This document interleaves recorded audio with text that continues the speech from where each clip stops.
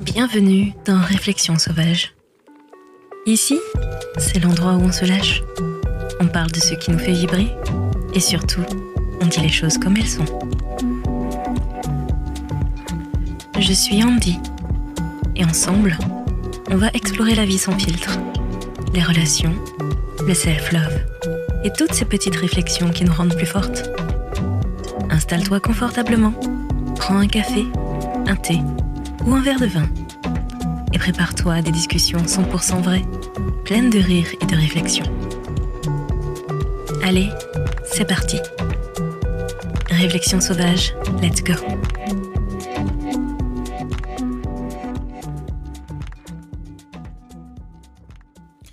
Série Le racisme, ce n'est pas que chez les autres. Épisode 6, le final. Non, le racisme n'est pas que blanc ou noir.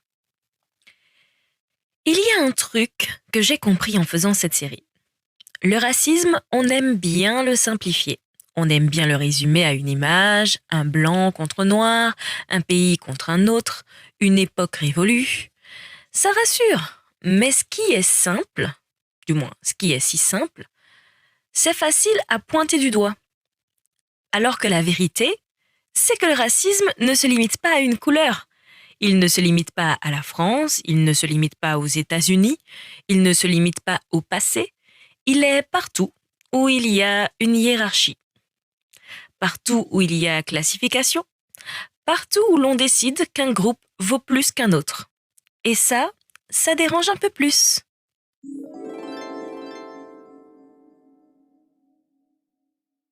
Mais entrons dans le cœur du sujet. On parle souvent du racisme comme d'un face-à-face binaire. Blanc contre noir.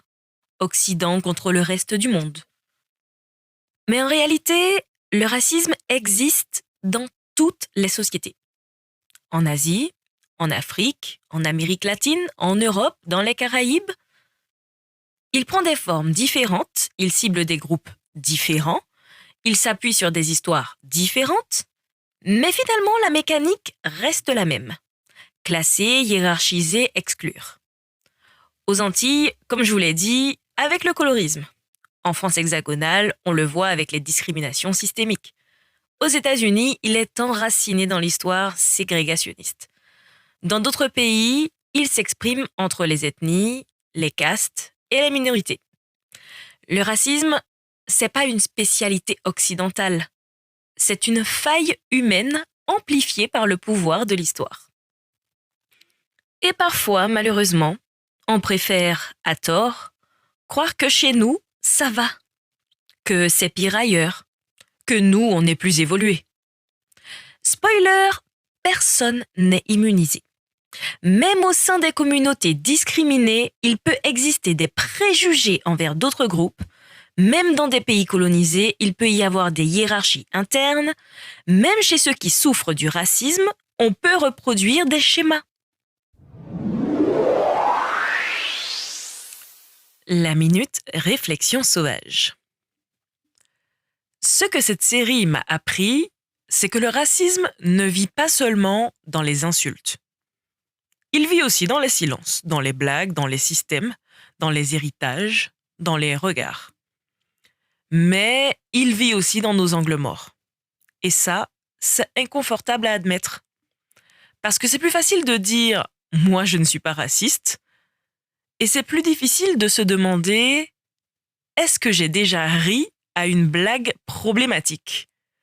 Est-ce que j'ai déjà eu un préjugé automatique ? Est-ce que j'ai déjà minimisé l'expérience de quelqu'un ? » Le racisme, c'est pas que blanc ou noir. C'est pas que français ou américain. C'est pas que violent ou explicite. Il est partout où on refuse de voir l'autre comme un égal complet. Et l'avenir ne sera pas monochrome. Il est déjà multiple, déjà métissé, déjà entremêlé. Alors soit on apprend à vivre dans cette complexité, soit on reste coincé dans des cases qui deviennent de plus en plus petites. Pour ma part, j'ai choisi la conscience plutôt que le confort, la nuance plutôt que la simplification, et le dialogue plutôt que le déni. Les conseils sauvages.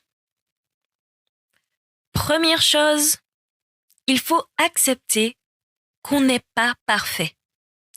Personne ne l'est. Le racisme, ça ne se résume pas à les gentils contre les méchants. On a tous grandi dans des systèmes, des cultures, des blagues, des films, des phrases qui nous ont finalement influencés. L'important, c'est pas d'être irréprochable, c'est d'être capable de dire « Ok, là-dessus, je peux évoluer. » L'ego aime avoir raison, mais la maturité, elle aime apprendre. Deuxième chose, il faut écouter les expériences qui ne sont pas les nôtres. Vraiment écouter. Pas pour répondre, pas pour relativiser, pas pour comparer, pas pour dire « oui, mais moi aussi », non. Juste pour écouter. Quand quelqu'un raconte une discrimination, une microagression, une humiliation, c'est pas un concours, c'est pas une compétition de souffrance. C'est une réalité vécue. Et parfois, la chose la plus puissante qu'on puisse offrir, c'est pas un argument, c'est une validation et une oreille attentive. Troisième chose, il faut challenger ses réflexes. On a tous des pensées automatiques. Un stéréotype qui traverse l'esprit, une généralisation rapide, une blague qui nous fait rire avant qu'on ne réalise ce qu'elle implique.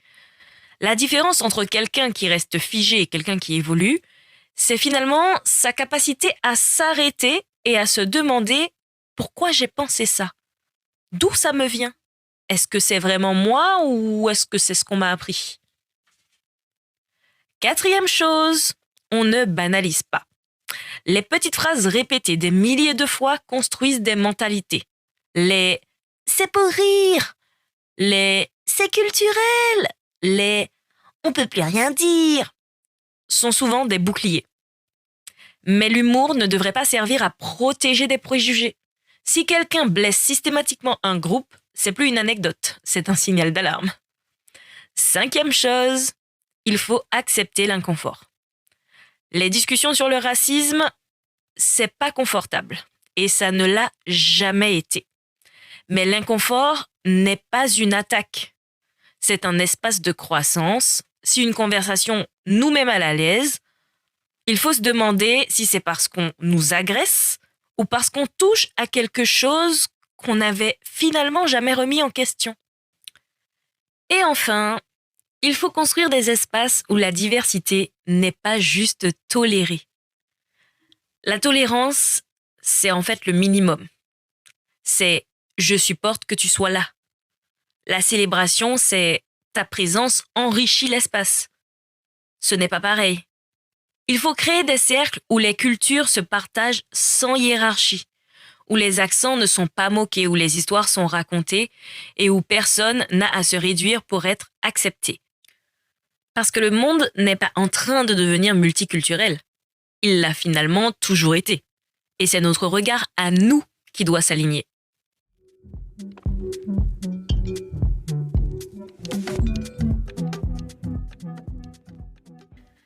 Si tu as écouté toute cette série, déjà, merci. Ça veut dire que finalement, t'es prêt ou prête à réfléchir, à questionner et à évoluer. Et si cette série t'a bousculé, tant mieux. Ça veut dire qu'on n'a pas juste parlé, on a réfléchi, on a gratté sous la surface. Le racisme, c'est pas une conversation confortable. Mais le silence, lui, coûte encore plus cher. On ne choisit pas l'histoire dans laquelle on est. On ne choisit pas les héritages qu'on porte, mais on choisit ce qu'on en fait. On choisit de répéter ou de réparer.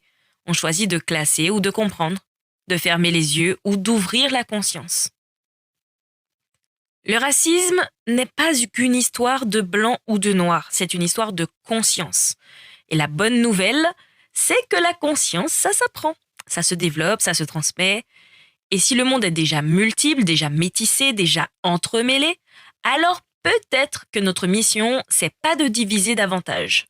C'est d'apprendre à y vivre avec plus de lucidité, plus de respect, plus de courage. Et on ne sera jamais parfait. Mais on peut être plus juste. Et ça commence par des choses simples, comme oser regarder en face ce qu'on préférait ignorer avant. Ici, on ne cherche pas à être irréprochable. On cherche à être éveillé. Parce que la vraie révolution, elle commence dans la conscience.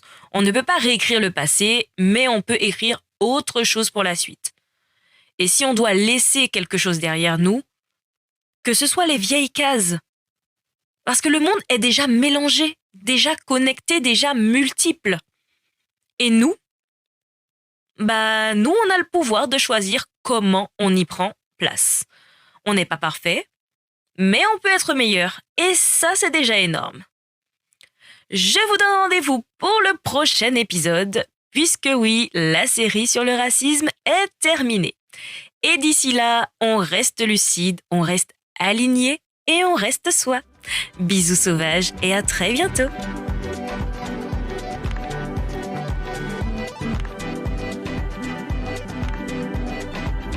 Et voilà, c'est tout pour cet épisode de Réflexion sauvage. J'espère que ça t'a fait sourire, réfléchir et peut-être même un peu bousculer. Si tu as aimé, n'hésite pas à partager avec une amie, laisser un petit avis ou tout simplement en parler autour de toi. On se retrouve très vite pour une nouvelle dose de réflexion, de rire et d'authenticité. D'ici là, n'oublie pas, reste sauvage, reste vrai et surtout prends soin de toi.